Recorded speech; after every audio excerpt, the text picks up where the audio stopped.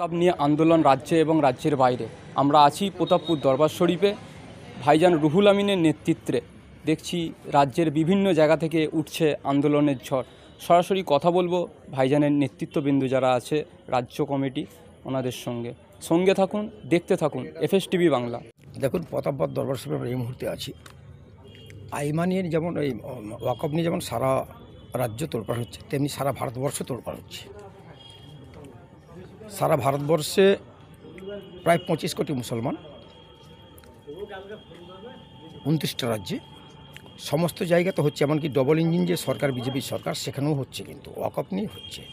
ঠিক স্বাভাবিকভাবেই আমরা অল ইন্ডিয়া মাইনরিটি অ্যাসোসিয়েশনের পক্ষ থেকেও আমরা পূর্ব মেদিনীপুর জেলা সহ পশ্চিম মেদিনীপুর জেলার আমরা বিভিন্ন প্রান্তে, বিভিন্ন জায়গাতে আমরা বিক্ষোভ মিছিল করছি শান্তিপূর্ণভাবে। আমাদের বার্তা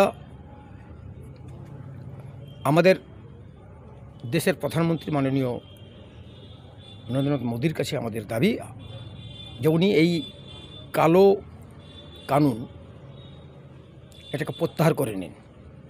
তা নাহলে আগামীতে আরও বৃহত্তর আন্দোলন হবে। আমরা ইতিমধ্যেই বিভিন্ন জায়গায় করেছি, আগামীতেও আমরা কলকাতার রাজপথ স্তব্ধ করব, আমাদের পরিকল্পনা আছে। এবং যতদিন না পর্যন্ত এই ওয়াকফ আইন, এই যে কালো কানুন, এটাকে যতদিন না পর্যন্ত প্রত্যাহার করে নেবে, ততদিন পর্যন্ত আমাদের আন্দোলন অব্যাহত থাকবে। আপনারা সকলে নিশ্চয়ই জানেন, বিগত 1 বছর পূর্বে কৃষি বিল, যেটা একটা কালো কানুন, কৃষকদের উপরে, সারা ভারতবর্ষের কৃষকদের, কি হিন্দু কি মুসলিম, ওয়াকফ বিলটা তো শুধু মুসলিমদের জন্য নয়। কেমন ওয়াকফ জায়গার উপরে অনেক স্কুল আছে, শিক্ষা প্রতিষ্ঠান আছে, আলিয়া বিশ্ববিদ্যালয়, সেখানে তো শুধু মুসলিম ছেলেমেয়েরা পড়াশোনা করে না, ওটাও তো কিন্তু ওয়াকফের জায়গা। অনেক হিন্দু ছেলে ওখান থেকে মেরিট হয়ে গিয়ে দেশ থেকে দেশান্তরে তারা অনেক উচ্চ পদে চাকরি করছে। তা আমাদের বক্তব্য, যেমন কৃষি বিলটাকে যেভাবে শিখ ভাইরা আমার, তারা ভারতবর্ষের টোটাল 2 কোটি মানুষ, তারা যেমন দিল্লিকে স্তব্ধ করে কৃষি বিলকে প্রত্যাহার করেছে, ঠিক তদ্রূপভাবে আমরাও শান্তিপূর্ণভাবে, গণতান্ত্রিক পদ্ধতিতে, অগণতান্ত্রিক পদ্ধতিতে নয়, all India minority association Hindu Muslim সকলকে নিয়ে যৌথভাবে গণতান্ত্রিক পদ্ধতিতে আমরা এই কৃষি বিলকে প্রত্যাহার না করার পর্যন্ত আমাদের আন্দোলন জারি থাকবে। তো আগামী আপনারা বুঝতে পারবেন, অভিযান তো অবশ্যই আমাদের থাকবে। আমরা বলি, তারা কিন্তু শান্তিপূর্ণভাবেই কিন্তু মিছিল করছিল, কিন্তু সেই শান্তিপূর্ণ মিছিলকে RSS বিজেপির কিছু গুন্ডা মস্তান লাগিয়ে দিয়ে, লেলি দিয়ে, তারা মাথায় টুপি দিয়ে, লুঙ্গি পরে তারা কিন্তু এই গণ্ডগোলটা পাকিয়েছে। এবং আপনারা জানেন, ইতিমধ্যেই 3 জন গ্রেপ্তার হয়েছে। তারা কিন্তু একজন কেউ মুসলিম না, সমস্ত হিন্দু লোকই তারা গ্রেপ্তার হয়েছে, এবং RSSের তারা সদস্য গ্রেপ্তার হয়েছে। আমরা চাইব যে মুর্শিদাবাদের মানুষের কাছে আমাদের আবেদন থাকবে, রেজিনগরের মানুষের আমাদের আবেদন থাকবে যে আপনারা হিন্দু মুসলিম সকলে মিলে শান্তিপূর্ণভাবে বসবাস করুন।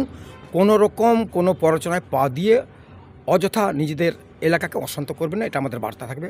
আর অল ইন্ডিয়া মাইনরিটি অ্যাসোসিয়েশন একটা শান্তিপূর্ণ বার্তা সারা বাংলা তথা সারা ভারতবর্ষের মানুষকে দিচ্ছে। এবং আমাদের ভাইজান, আপনারা সকলেই জানেন যে শহীদ রুহুল আমিন সাহেব আমাদের সংগঠনের সর্বভারতীয় সম্পাদক, তার নেতৃত্বে আমরা লড়াই করছি, এবং তার আদর্শ, তার মতাদর্শকে আমরা পাথেয় করে আমরাও শান্তিপূর্ণভাবে বিক্ষোভ মিছিল করছি। আপনারা দেখেছেন, অল ইন্ডিয়া মাইনরিটি অ্যাসোসিয়েশন যেদিন থেকে কৃষি বিল, এই ওয়াকফ বিল পাস করেছেন মোদী সরকার, আমরা তারপর থেকে যতগুলো আমরা মুভমেন্ট করছি, কথা একটা অশান্তির বাতাবরণ তৈরি করছি, দেখেছেন কি?